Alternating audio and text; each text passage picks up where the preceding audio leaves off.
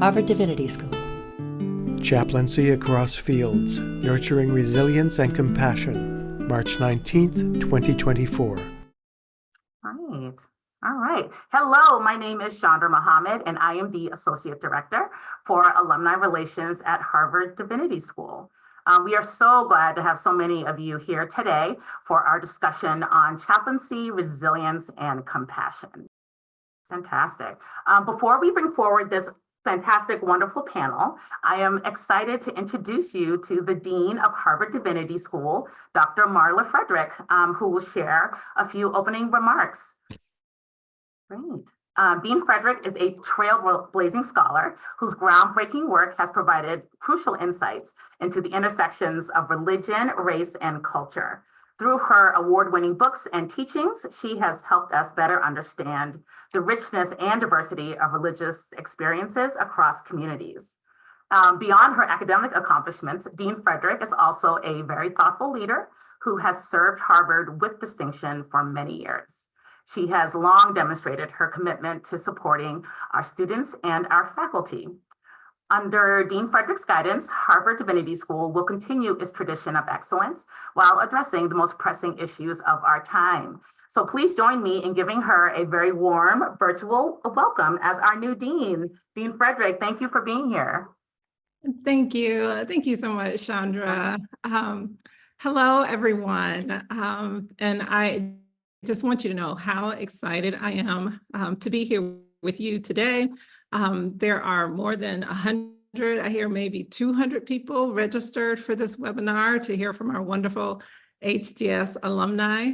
And so before we begin, I want to share my appreciation to each of you who really make HDS such a powerful and wonderful and vibrant and engaging community.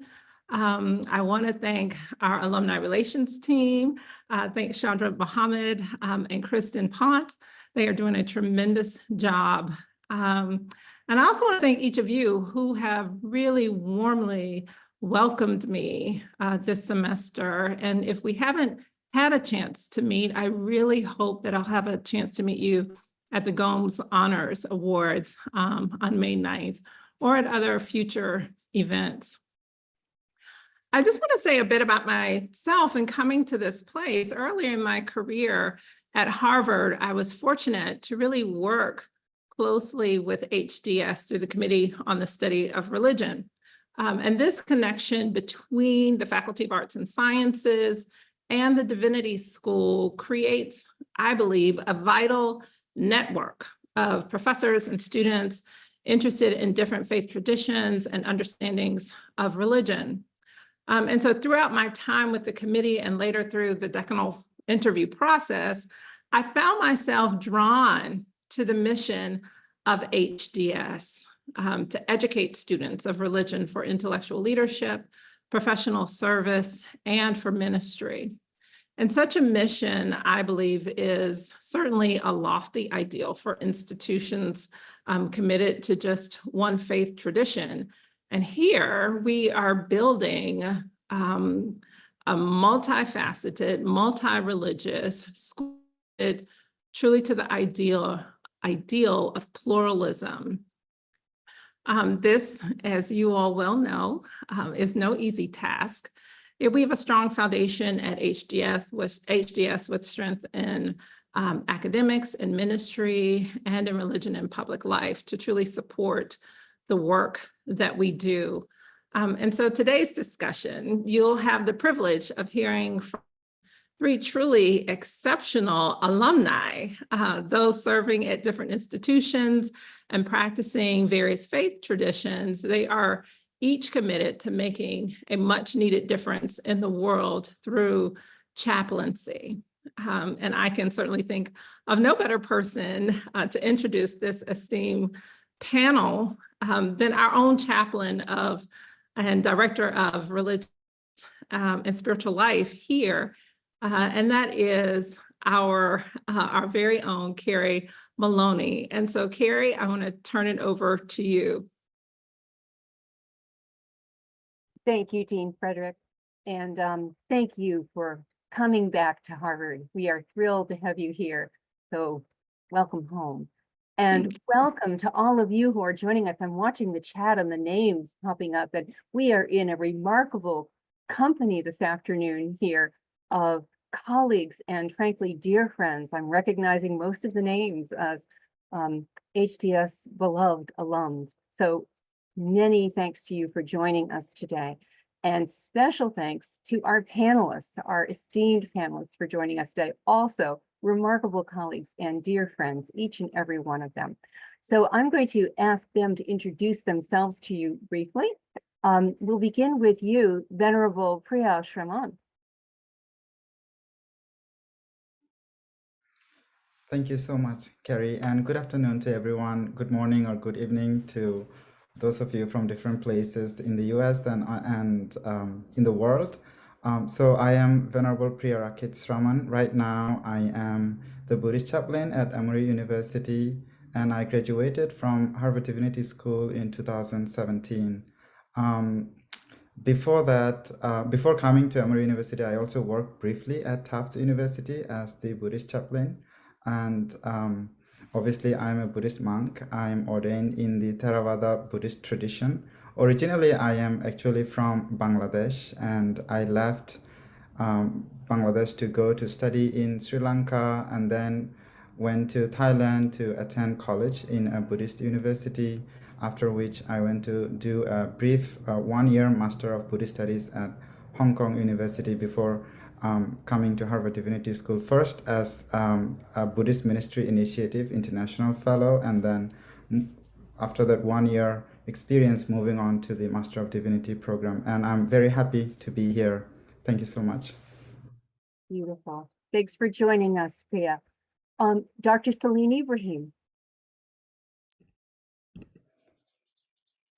It's so good to be with everyone. Assalamu alaikum. Peace and blessings be upon you. Ramadan Kareem to those celebrating a blessed Ramadan.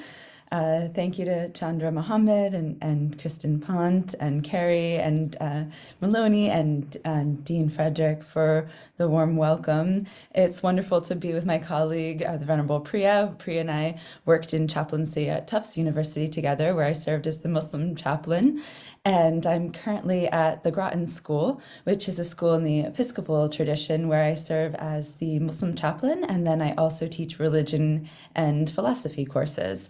So my path towards from HDS to my current position included a PhD, and I also write books in feminist studies and Islam and on interreligious relations. Thank you, Celene. And finally, Chaplain Naomi Tzril Saks. Hello, everyone, and thank you so much, Kerry. I, too, am just so delighted to be in this beautiful company of everyone. I received my MDiv in 2010 and had a fabulous, really magical time at HDS. Since then, I work as a clinical healthcare chaplain, specializing in palliative care, and also an assistant adjunct professor and director of our well-being program for our physician fellows at University of California, San Francisco.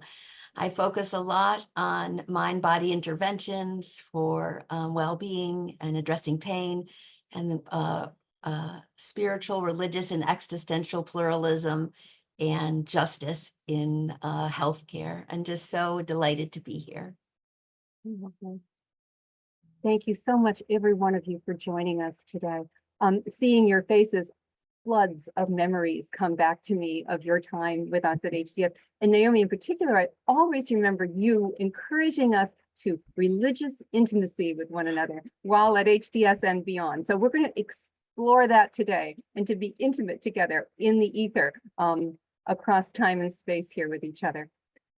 We don't have a lot of time today, so here's our plan. We have some questions for our panelists, and then at about 3:45, or that's 3:45 here in Eastern time, wherever you are, I don't know where you are, we are going to turn it over to questions and answers from questions from all of you who are joining us for the webinar, and responses, answers, further provocations from our panelists for a few minutes before we wrap up tightly on the hour. So I hope that sounds like a good plan. I'm going to begin our questions, and maybe we can go in the reverse order in which you introduced yourselves. We'll begin with you, Naomi. What is your brief working definition of chaplaincy in general and in your field in particular? And the same question for all of you. So Naomi. I love that question, and I think about it in the relative sense and in the absolute sense. So in my work in the relative sense, my job is to ensure people's inner life is included in their well-being, whatever that looks like, spiritual, religious, existential, philosophical. In the absolute sense, I really see the pointer for me is to remember my essential nature as love, quiet joy, beauty, and peace, and to live that out in any way in the service of healing and well-being of the patients, caregivers, and colleagues that I am so honored to be caring for and with. Naomi, that's such a beautiful description. I want to go back and watch this webinar to hear that again. I was thinking of a one-word answer, which is accompaniment. And you never know when someone books an appointment or you're called to show up in a space, what type of presence that's going to require. But that accompaniment through the joys, through the hardships, and in educational chaplaincy in particular, and I work with youth really from anyone at our school could be age 13 to maybe 19. And so for me, this process of chaplaincy is really about helping a student through this tremendously fraught and fun period of life that is the teenage years. So accompaniment is really what the word I'm settling in on.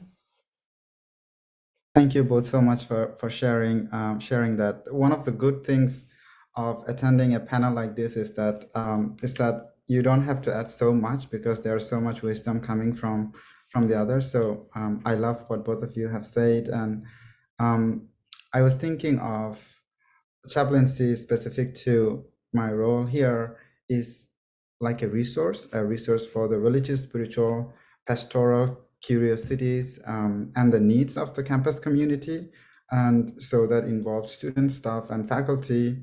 And in term, going a little more into the depth of what it means is programs like religious spiritual practice programs, organizing educational events, facilitating support groups, grief groups at times, even visiting classes to give presentations, a lot of one-to-one conversations, workshops and retreats, among many other activities.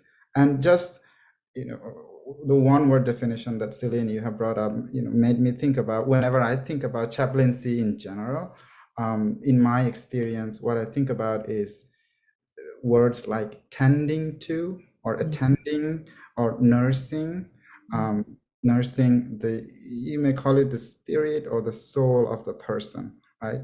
The one in your presence, like accompanying, you just said, in front of you. So this is what I think about chaplaincy in general. Yeah, to build just Priya, what you've just said, Venerable Priya, I just love the space of educational chaplaincy for all those reasons that you described, because there is this place for learning and for cultivating programming and for helping facilitate encounters between people who might not otherwise be able to encounter each other in this really authentic way. So yeah, thank you for adding that. It's just want to add to that is that the encounter and the conversations and the discussions that happen, the way I like to think about is I use the word curiosity, right? So it's curiosities in conversation with other curiosities. So we're all just learning from each other together. What a rich beginning. I've heard such words here as curiosity, accompaniment, nourishment, attention, interiority, exteriority, well-being. I think all of you who are listening in and participating in this, who are chaplains, can resonate with each of those words, and all of them, and probably have more to add, but that's a great place to start. Our second question, and let's go in the reverse order again, so we can start with you, Priya, since you were the last to answer, is what would you please be able to identify one particular way in which chaplaincy within your field nurtures compassion, and one way in which it nurtures resilience? Now, you may think that they are one and the same, that you would have the same answer for each of those questions, but maybe you have different answers. So, Priya, do you have a thought about that? I have some thoughts about that, and I'm very curious to hear what my friends and colleagues have to say, because I feel like I'm only going to share from my limited experience. And the way I think about it is specifically in educational spaces like a campus, I feel like the allowing for a diversity of possibilities, our understanding of possible truths, our understanding of different realities around us, and the acceptance of the differences, so the acceptance of diversity. All of this, I think, creates a way for us to cultivate compassion for the different versions of ourselves, different versions of my identity, and the compassion for the different versions of those around us, right? So in a nutshell, what I'm trying to say is that creating a space, cultivating different perspectives that allows us to then cultivate a practice of acceptance, I think leads to the practice of compassion itself, compassion for myself as well as compassion for people around me. And going to the idea of resilience, I would say that I talked about different versions of myself or different identities that I may hold as I continue to grow, right? So I think of this as a process of growth, and recognizing that process of growth is where I see the cultivation of resilience, that being open to all the multiple ways I'm experiencing life, multiple ways I'm experiencing my college life, for example, and recognizing that there's always going to be some change, some challenge, but I'm open to that and I welcome that. And so realizing this process as a process of my growth is what leads me to cultivate resilience. Thank you again, Venerable Priya. I was thinking about things along similar lines, and that there's this important place for self-compassion, and especially as I'm working with youth who have all of this ambition and they're extraordinarily talented and they're pulled in so many different directions. Sometimes my practice of chaplaincy is just telling someone, please go take a nap now because you are at your bandwidth. Sometimes it's even just in those moments, like you were highlighting, encouraging students to have compassion for each other so that they can respond with their most generous selves. Especially in those of us who remember our teenage years, remember all of the social pressures as well. So I think that self-compassion can kind of come in to help each student sort of find their own way of expressing themselves, whether that's finding a social circle in which they feel kind of that they can be their more authentic self. And I think that compassion and resilience, it's so wonderful to tie those together, because resilience to me has to do with both kind of being able to pick oneself up when things are difficult and challenging. But resilience is also, in the Arabic language, I think of the word sabr, which has to do with perseverance. And so perseverance is continuing to strive even when things are really difficult. So I think that helping, especially with the demographic that I'm working with, helping students understand when they need resilience and perseverance and when they need self-compassion is a really important part of the work. And when can you say, no, I'm not available? When can you say, you know, I'm sorry, but I can't, and all of these ways that I think I'm kind of helping these sort of very, very high performing, very ambitious students think about their own life priorities. Thank you both. So many things you said too sparked me too, or just, it's just lovely. The waters that I swim in are with people whose life has crashed and they no longer recognize themselves because of serious illness, because of dying, or because of death, or because their body, they no longer recognize their body anymore, of all ages. So when I think about professional spiritual care in that context, what I really do is I try to be the thing I want to see in the world, to be the being and connection and the truth, and speak that in many languages that people can hear. When people's life has crashed, when they have spiritual existential distress, when they say, I don't know who I am anymore now that I can't use my hands. I don't know who I am anymore now that God has abandoned me. I don't know who I am anymore now that my wife is no longer at home with me. When they say that, the first thing is for me to get still inside so that I make sure I don't banish any parts of myself. The best thing I have to offer this world is to remember what I am, to become still, and then everything comes from there. And it isn't me doing it. It's coming from being. The compassion comes with absolutely sitting right in the center of whatever's happening, and be as steadfast as I can without an agenda, and see where love takes me. And sometimes it takes me to hold a hand, and sometimes it takes me to dance to funk music with people, and sometimes it takes me to go outside and light a smudge stick. For a Lakota Sioux friend who's in the hospital, it takes me everywhere. But what I have to do is I have to be supple and accepting and surrender to that. And then truth comes through me. And I would say resilience, my friends, has been torn apart, just like these people, since the worst of COVID. In my work and in my facilities and my institutions, resilience used to be just, oh, we bounce back. We burn people out, and then we tell them to have mindfulness moments. That doesn't fly anymore, my friends. Resilience, we don't even use the word anymore in the institutions I work because it's been a smack in the face. We talk about, are we or are we not going to do the radical move of saying we will not show up if we cannot be whole in our work, in our families, in our relationships, in the service to other people.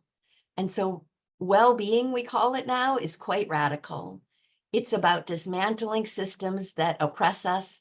It's about nurturing systems that tell us that, yes, we want you whole, we see you. And it's also 80% systemic. So it isn't you're a bad person because you didn't have time to go to your yoga class tonight. It's actually saying you are about the most resilient human being. When I work with physicians, nurses, physical therapists, patients, their care partners, I say you are about the most resilient human being on earth. This system is not here to take care of you. And we all together with our hearts and minds, let's think about how we can do better. Here, here. I think those of you who are joining us can see why we've asked these great chaplains and prophets to be our teachers for this hour, telling us some truths about even the words around which we decided to organize this webinar, the ways in which resilience has been used as a cudgel. And if you're not resilient enough, there's something wrong with you, rather than with the system. Compassion, we frequently lose its Latin roots, to suffer with, to be in the community, to accompany one another in all of our pain and all of our growth, to be present with each other. And our teachers here are giving us glimpses of what that really looks like on the ground. So I'm going to ask you to say a little bit more about what that looks like on the ground. And Naomi, I'll ask to begin with you, and then we'll go to you, Celene, and back to you, Priya. Would you please share with us one brief story? You've already intimated a little bit about this and what you've shared, but one story in the concrete, anonymizing, of course, the identities, the people about whom you'd speak.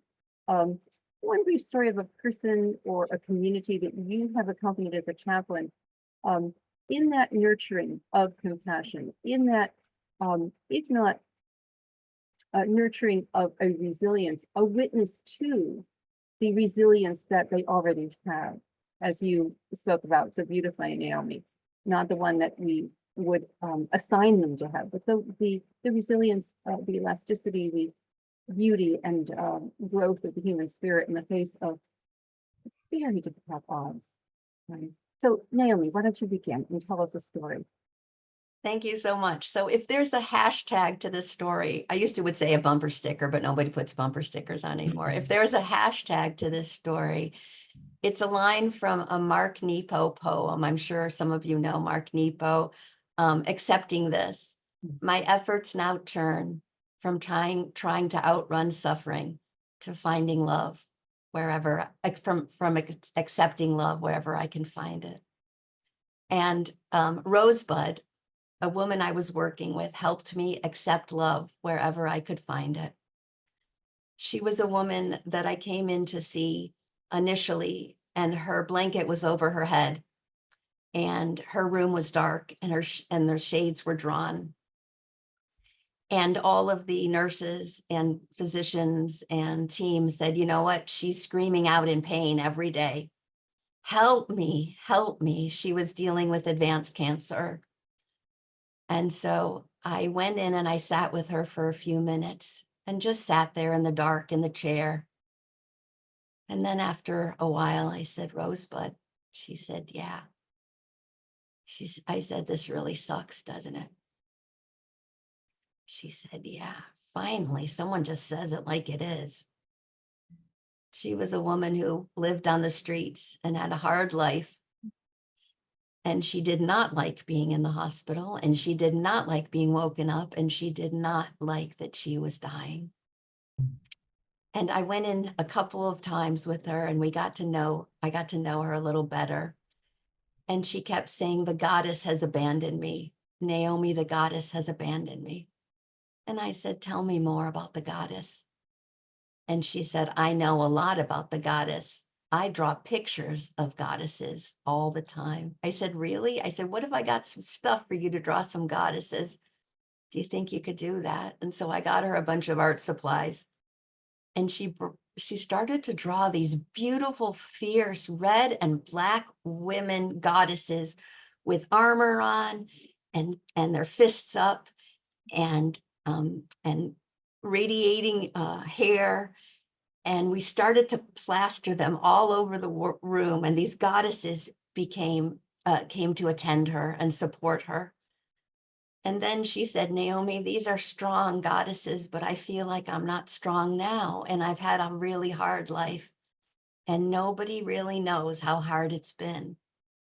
And I said, tell me, my friend, tell me how hard it's been.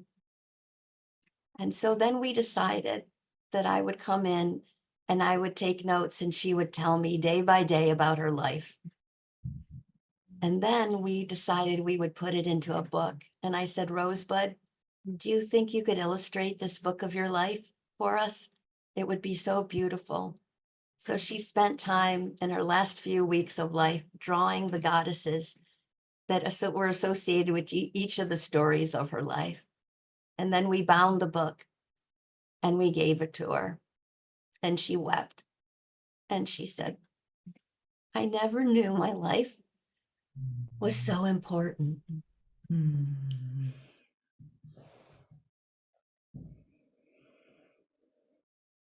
Wow. Naomi, I feel like I would like to have you on speed dial if I'm ever in those moments of wow, wow, wow.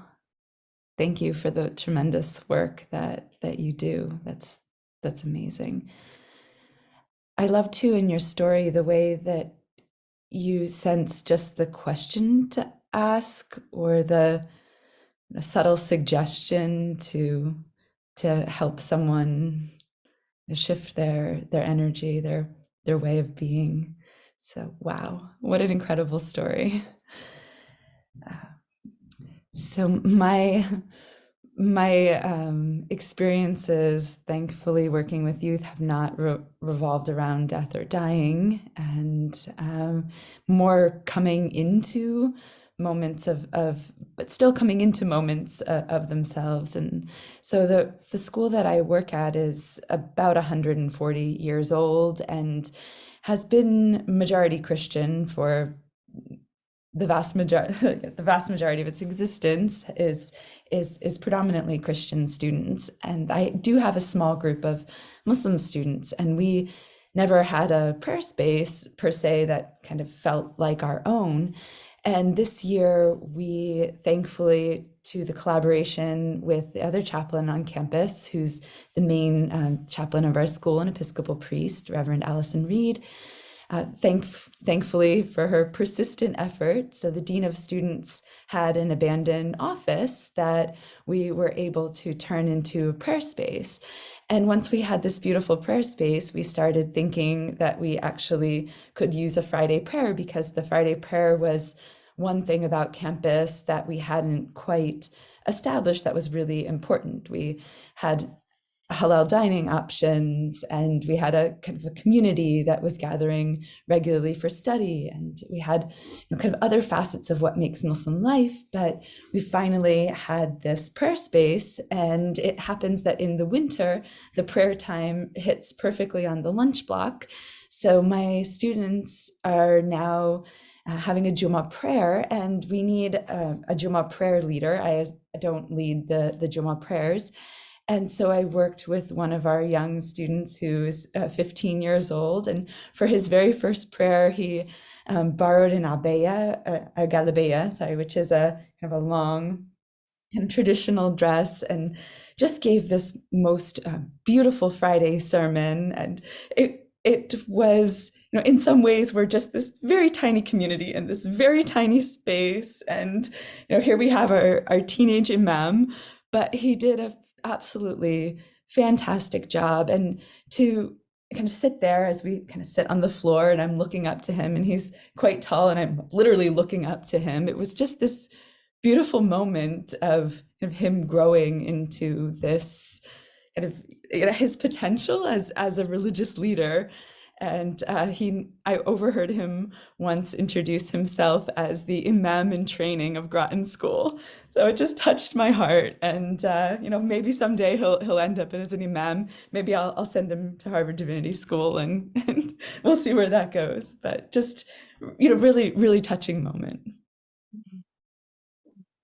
That's very nice, Celene. Thanks for sharing subtle nudges and creating opportunities for our students to reach their potential, to explore different parts of their capacity that sometimes they are not aware of.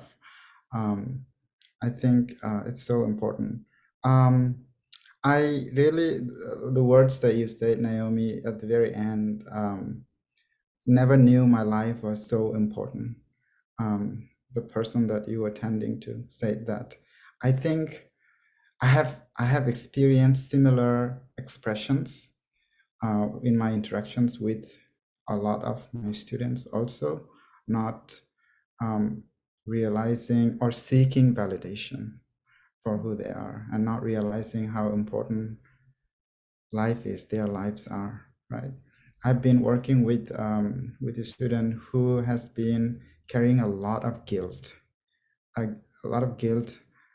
due to something that the student had done long ago before coming to college, but still stuck with her. And she wouldn't open up. She feels guilty, she feels bad. We've been having a lot of conversations on a regular basis. It took her some time to come to the point where she felt comfortable to share what she was guilty about. And then when I heard it, I just realized that objectively, it's not really that big of a deal if you know the details and if you know the story. But it is a big deal for her. She can't forgive herself. So, and because of that guilt, because of the burden that she's been carrying for months and years, it's actually impacting her life in other areas as well. Her performance, her relationship with others. Because there's a point that she has reached where she is blaming herself a lot, right? So in my understanding, you asked about a story or case of compassion and resilience. I have not fully reached the end of this journey of self-exploration with the student that I'm having this conversation with, but in my in my interactions with her, what I find myself doing is just sitting there listening, just allowing her the space and opportunity to share everything that she has been carrying for so long. And that's the thing that I have observed, is that when I am not talking, she doesn't stop talking. She has so much to share. So just a big part of my work is just sitting there, just listening, and sometimes asking challenging questions, just to, is that the right way to think about this thing or yourself? It's just nudging here and there. And over time, I have seen that she has changed a little bit. She has changed the narrative of how she sees herself. But then again, I see that she's gone back to how she was feeling about herself. So that's what I was saying, that it's a process of going back and forth. It takes a lot of going back and forth. And I think that's where I find myself, just what Celene said at the very beginning, accompanying, just being there, just sitting there. And sometimes also just giving them a sense of stability. Yes, there's a lot of chaos and uncertainty and instability happening within me, in my head, but then I see someone listening to me and just sitting still. I think that also helps. I didn't want to get into the very details of this case, but this is something that I've been working with recently. Beautiful. So a journey towards self-acceptance. Teenage Imams, dying warrior goddesses. I think we can add to your working definitions of chaplaincy the art of bearing witness to life in all its glorious complexity, beauty, pain, and wonder. And each of you does that with remarkable clarity and courage and persistence. One more substantive question about the nurturance of compassion and resilience. It has to do with this.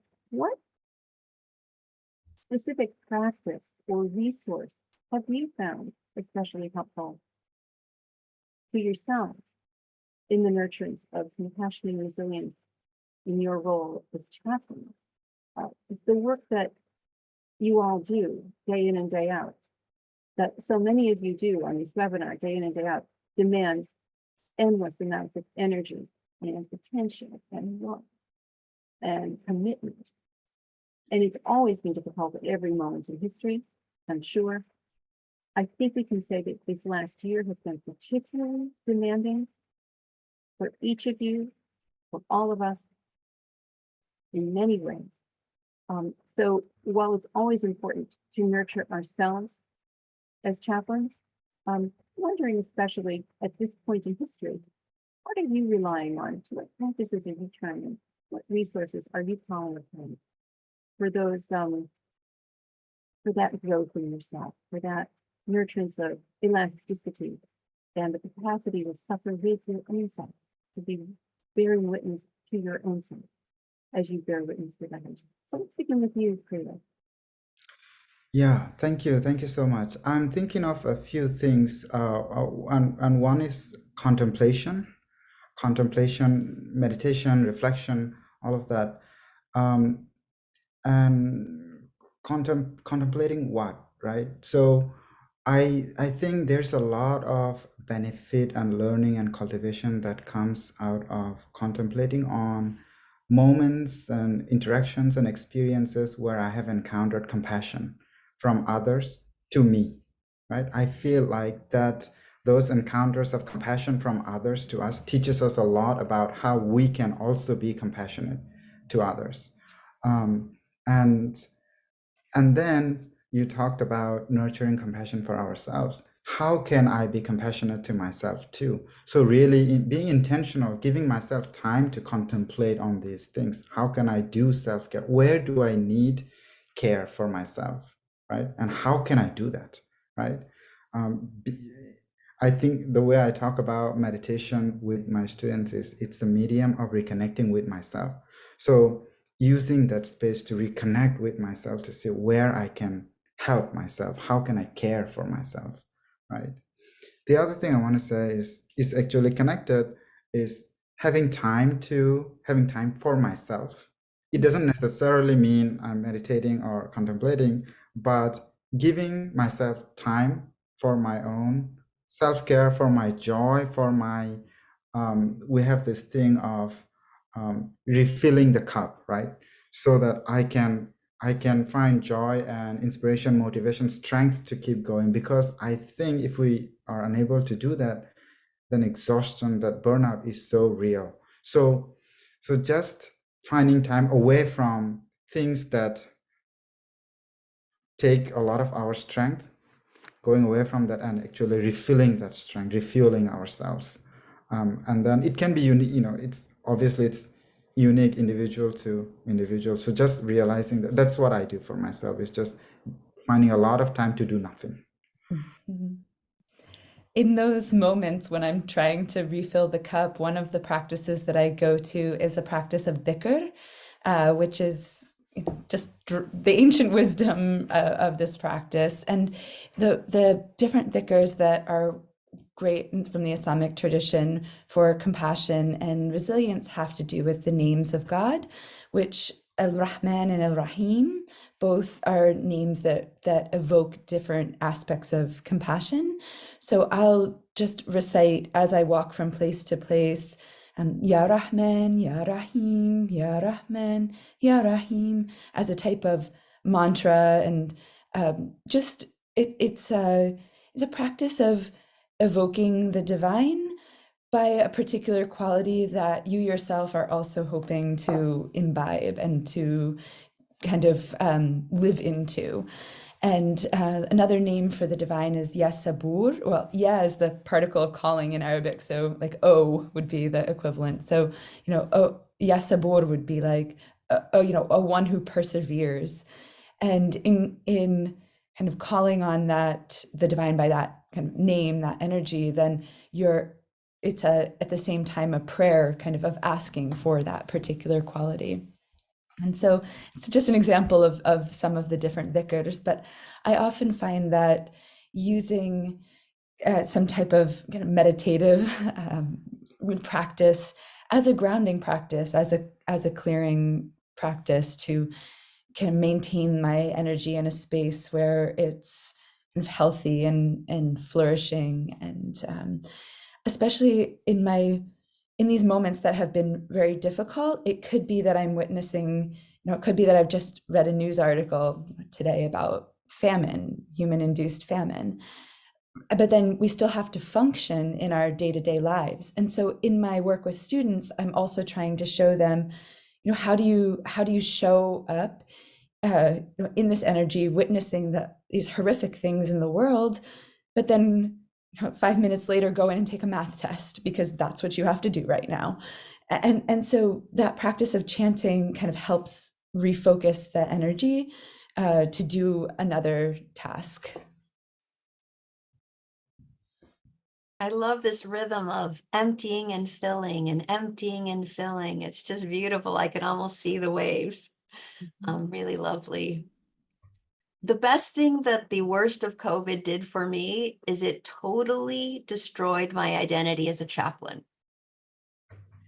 That was the most freeing thing and the most painful thing. I thought I was supposed to be loving all the time, that I was supposed to be calm, that I was always supposed to be available. Mm-hmm. And we were all in a situation that none of us can control. And we were all terrified for years and years. And all that got to be broken away. And so I would say that is the most freeing thing that happened to me. Roshi Joan Halifax, when I was learning from her at HDS, she said, Naomi, you got to train for this work. You have to have a soft belly and a firm back. So the way that I have a firm back is I get really intimate with the ways I suffer and the ways I'm already free. I get so intimate that they become nameless. I also do a lot of practical things, and it changes every year or every couple years. I'm always adjusting. What does the care and feeding of Naomi need to continue to serve with energy and love? So everything from I meditate twice a day to eating a new green smoothie that's energizing me to making sure that we have some irreverence and joy, and we have blueberry pancake morning with my team, to dancing and laughing and being irreverent and bringing a cotton candy machine in the middle of the nursing station, to everything from making sure on the weekends that I can commune with nature, with beings that aren't conditioned, that I can also continue to remember and keep coming back home, because I think essentially what we're all doing is we're all walking each other back home. And yet, if you're so filled up and crispy and tired, it's hard to remember what home feels like. We're all walking one another back home. So I think you've given us, each of you, beautiful examples, living examples of that in this little bit of time we've had with you today. And certainly in the full lives you are leading well beyond this webinar. And we saw that in you while you were here at HDS, and my goodness, if you've gone on to try. When you said contemplation, Priya, I was put in mind of the great 20th century Jesuit theologian Walter Burghardt, who said that contemplation is a long, loving look at the real, without pushing, getting very intimate with what is, as you said, getting very intimate, soft front, eyes back, and back. And you've all helped us to imagine what that looks like. Friends, we are ready to move into your questions now. And I think we're going to rely on Chandra and Kristen to help us with those. So Chandra and Kristen, if you'd like to come back in to give us a hand with these questions, that would be lovely. Hello, thank you. We have 4 wonderful questions. Some I think you have covered slightly, very, very well, I meant. So we do have a question from Patrick Downs. As a Quaker, one returning to chaplaincy discernment at a residency where he spent in a CPE unit at Mayo, he wondered what you think the role of silence, silent accompaniment, stillness in chaplaincy. In other words, must we always look for words?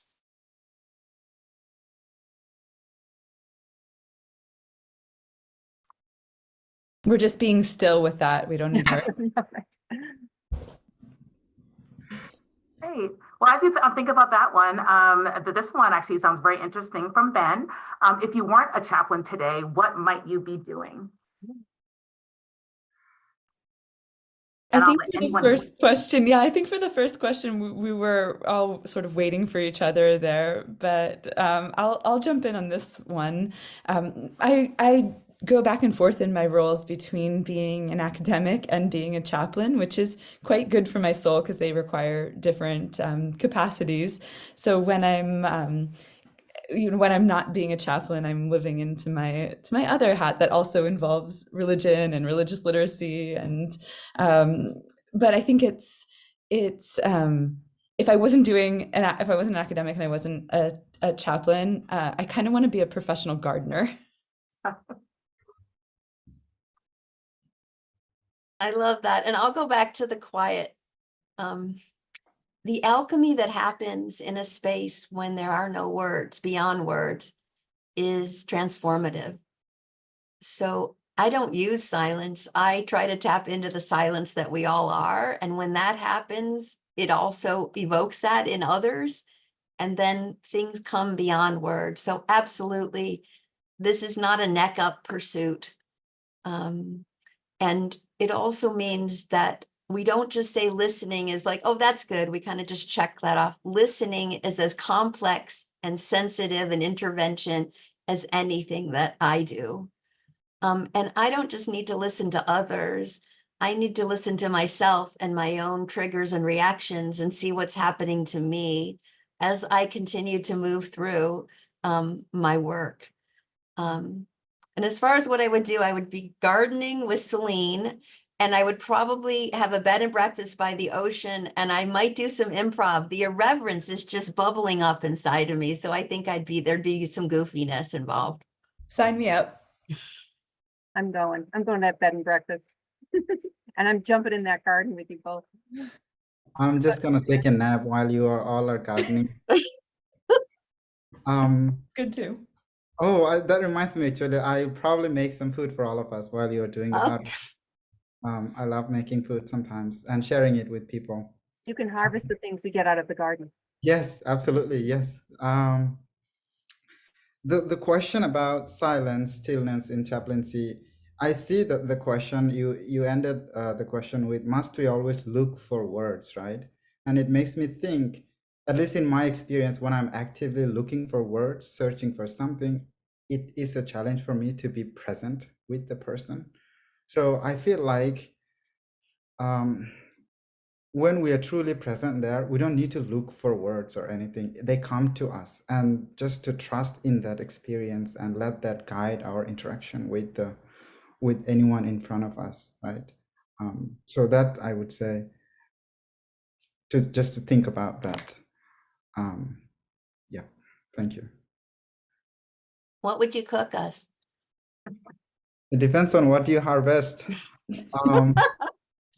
You're a seasonal chef then. Yes. Okay. Yeah. Okay, so there are, wow, a lot of fantastic questions. We'll try and get to as many as possible. There is a question about what are your deepest concerns about the way AI is being projected into care and accompaniment roles? So this is from Thomas Arnold.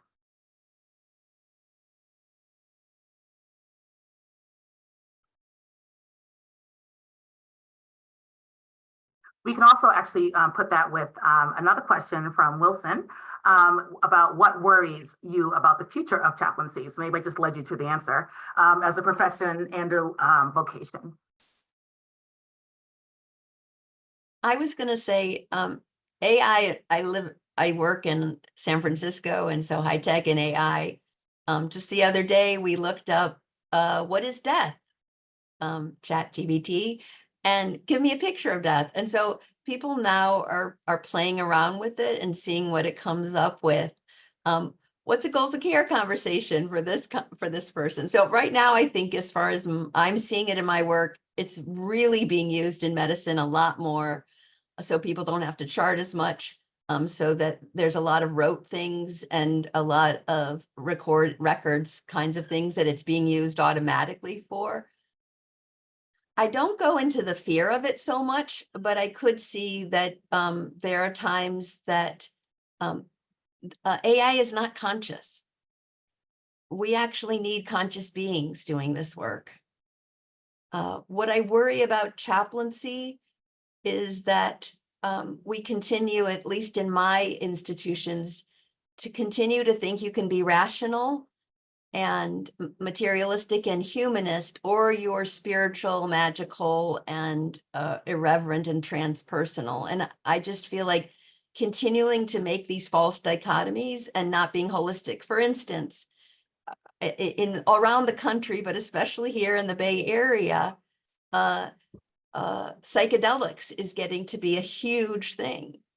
And many chaplains are being accompaniers and training and participating. But I also see the way that it's being going to be funded, and the way that research is being funded, is they're taking off the spiritual, the transpersonal, the part that is actually giving people experiences of unity consciousness, of different consciousness.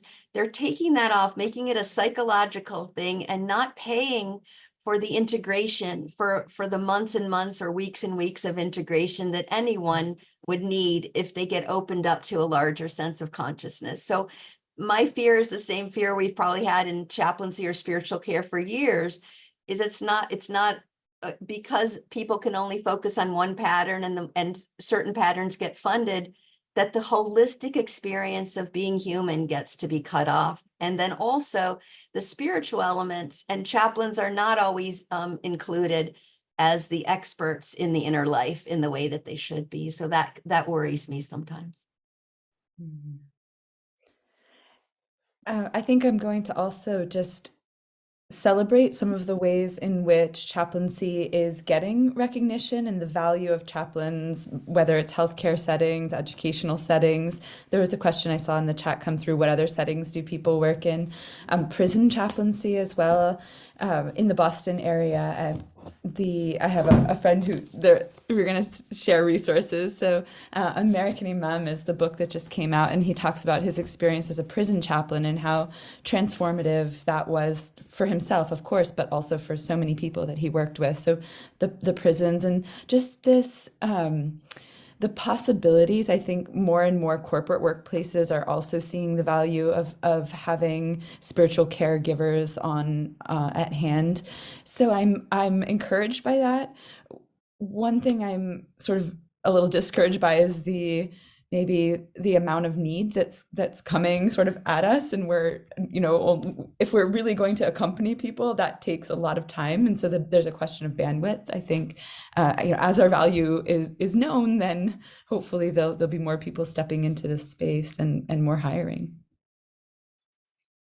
Sandra, I noticed that you just put in the chat, or Kristen did, the book that Celene referenced. We did have a final question for our speakers here, and it was, what book or resource or article might you recommend to our audience about chaplaincy in your field in particular?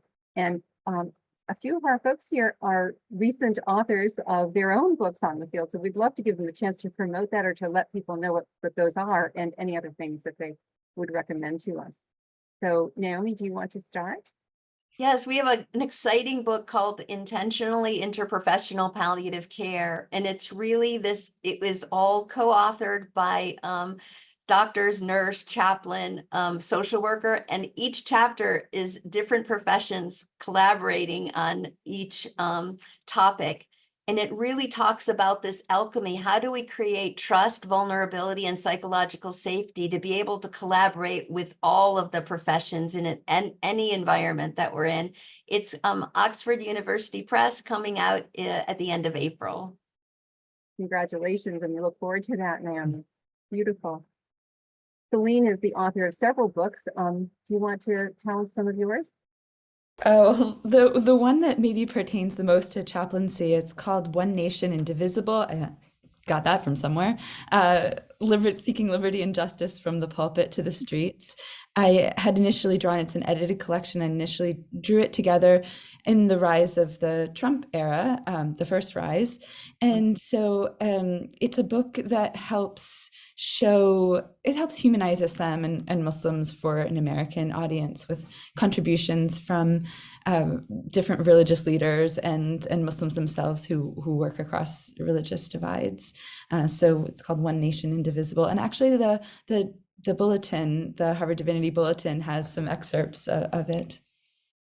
Beautiful. I teach it in my class. It's magnificent. Yeah. Priya, do you have any books that you particularly find to be good resources for chaplaincy to you these days?